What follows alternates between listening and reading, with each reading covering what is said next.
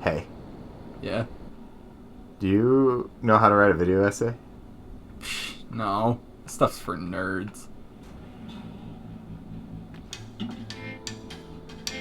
Okay.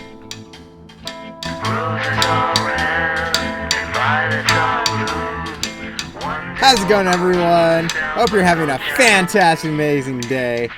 I'm the Mixtro, and today I am doing a film essay. The prompt is one villainous scene put out by Nando V Movies in the honor of the new Suicide Squad. And I watch a lot of film essays on YouTube, and that's what I'm currently majoring in college, is film production. So, when this whole thing came out, I got flooded with one villainous scene, one villainous scene, one villainous scene. And it turns out anybody can create a video on the topic. So, I figured we'd go over one of my favorite shows, if not my favorite show of all time, Red vs. Blue. More specifically, the scene, Lambs to the Slaughter from the episode Cloak and Dagger. Lambs to the Slaughter takes place while the Reds and Blues are stuck on a planet named Chorus. After the Great War, the planet was forgotten about. So, the people on Chorus were left to fend for themselves. During this conflict, it broke out into warring factions: the New Republic and the Federal Army. The New Republic saw the Federal Army as too restricting, and the Federal Army saw the New Republic as too free-formed. Things escalated. Each side decided to hire mercenaries in order to one-up each other, starting with the New Republic. They hired Felix in order to help them with ammunitions, weapons, and just tactical strategies. The federal government did the same thing, except their mercenary they hired is Locus. Now, Locus and Felix have a shared backstory, as they both fought in the Great War together and even did some jobs as well. It just escalated the conflict even more, as Felix and Locus wanted to prove who was the better soldier among the two. Tensions rose even more within the planet of Chorus. Our heroes, the Reds and Blues, which consist of Agent Washington, Sarge, Tucker, Simmons, Griff, Caboose, Donut, and Lopez. Don't worry, I don't expect you to remember all of them. The main important ones is Washington and Tucker. As the Reds and Blues crash land on Chorus, they are stranded in the canyon. They eventually kind of get into their old chicanery, stand around talking, cracking jokes, and getting into shenanigans. As Felix finds them and explains the whole situation and what's going on with the planet. During one of his explanations, Felix gets shot defending against Locus. Locus, realizing that he's outnumbered since he came solo to investigate, he retreats. He eventually comes back, and this time he's out for results. His job is to take care of the Reds and Blues. Locus comes in with the Federal Army. Oh yeah? You and what army? The Federal Army of Chorus. Well, I guess I walked right into that one. Felix comes with backup, and Locus starts taking out all these soldiers. And eventually, sacrifice is made, and the group has to split. Half the Reds and Blues going with Felix, and the other half being captured by Locus. The Reds and Blues that escaped, Tucker, Simmons, Griff, and Caboose, end up taking more of a leadership role, as their leaders, Sarge and Washington, have been captured. And during this time, Tucker starts to train with Felix and become more of a field operative and learning the ropes and whatnot. Eventually, Tucker gets his hands on a piece of information, having to sacrifice two of his men in order to get it. He is kind of weighed down by the thought of this, as two lives were sacrificed in order to find his friends. So, with that information, he decides to take the rest of his gang and go rescue the other half of the Reds and Blues. They eventually work their way into the Federal Army base, where Wash, Sarge, Donut, and Lopez are being captured. They trigger the alarms, causing a diversion, and make a run for it. only to be stopped by their companions. Turns out that Locus didn't want to kill them. He only wanted to capture them and get them into the Federal Army's care so they can stay out of this war. Aside from my initial examination, the men under my command were ordered to take you alive. All attacks were intended to wound. All shots were designed to intimidate. Let me assure you, my raid on your base was calculated, choreographed, and designed to apprehend you, like herding sheep to the pen. After reuniting, they kind of discuss the situation, and they finally formulate a plan after months and weeks of being separated from each other and being stranded in the canyon. They're like, okay, let's just go have these two armies talk to each other, and then eventually we can sort this all out. We've both made allies on both sides. Let's come together and fix this. Doyle's in the capital at the moment, but maybe he can get this Kimball woman to agree to a meeting. If they can come to some sort of understanding, we might be able to end this thing and go home. Until it is, Simmons points out, the alarms have stopped. They step outside, only to find a battle-worn landscape, barren.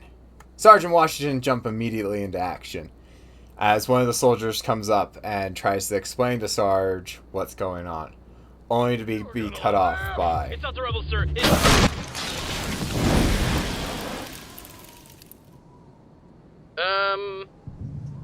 Did everyone else see that? You mean a man disintegrate right in front of us? Yep. Really wish I hadn't.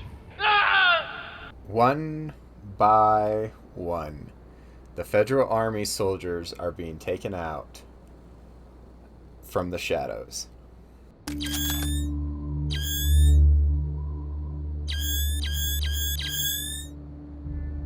Like sheep to the pen. Oh no. You're ready for slaughter.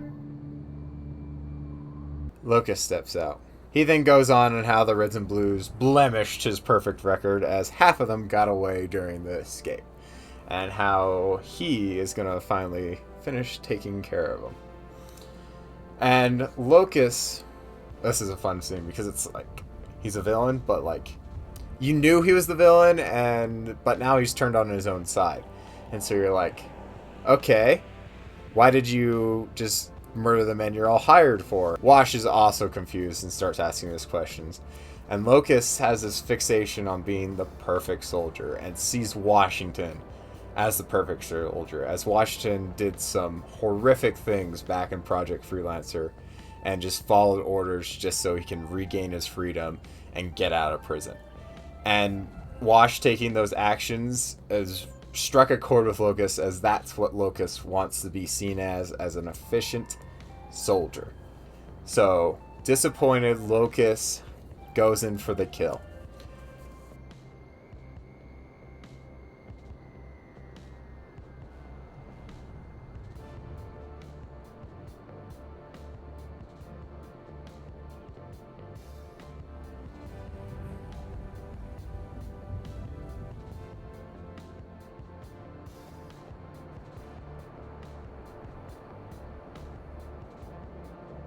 For a split moment, everything was fast-paced, and all of a sudden, it all slows down as Felix turns to the Reds and Blues.